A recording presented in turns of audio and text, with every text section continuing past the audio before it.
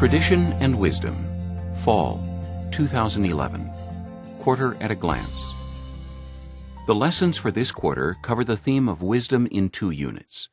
Each unit focuses on the teachings of an individual who exemplified wisdom, Solomon in the Old Testament and Jesus in the New Testament. Solomon. King Solomon exceeded all the kings of the earth for riches and for wisdom, 1 Kings 10:23. Yet Solomon is one of the Bible's most tragic figures, with the end of his reign characterized by sin and many adversaries, 1 Kings 11:1-25. How could someone who began his reign with seemingly unlimited potential, 1 Kings 3:5-14, end in such a pitiful state? The biblical record tells us why.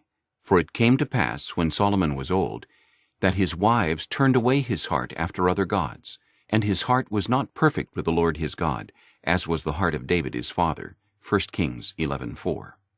The threefold emphasis on the heart makes this factor hard to overlook.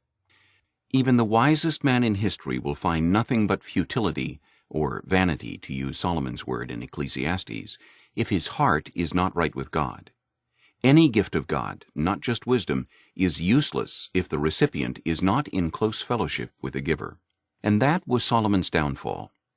This is ironic given his emphasis in Proverbs on the importance of the heart. Keep thy heart with all diligence, for out of it are the issues of life. Proverbs 4:23, Lesson 2. Because Solomon could not keep his own heart true to God, he was unable to maintain the kingdom his father David had entrusted to him. Yet we can become wiser by studying both Solomon's wisdom and mistakes. Jesus, the one greater than Solomon, Matthew 12:42, strongly emphasized the heart in his Sermon on the Mount. There he addressed people who had been led to think of religion in terms of duties and obligations performed to the letter of the law and personified faithfully, or so it seemed, by the scribes and Pharisees. One can only imagine the audible gasp uttered by Jesus' audience when he told them, "Except your righteousness shall exceed the righteousness of the scribes and Pharisees, ye shall in no case enter into the kingdom of heaven." Matthew 5:20, Lesson 10. But Jesus proceeded to draw their attention to the importance of the heart in the areas of anger, verses 21-22, and lust, verses 27-28.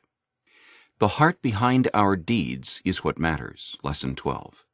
The model for our deeds is God himself. His heart is not that of a rigid rule-maker, but that of a loving father. He is more than willing to provide for the needs of his children who trust his care and seek his kingdom first. Matthew 6:25-34, Lesson 13.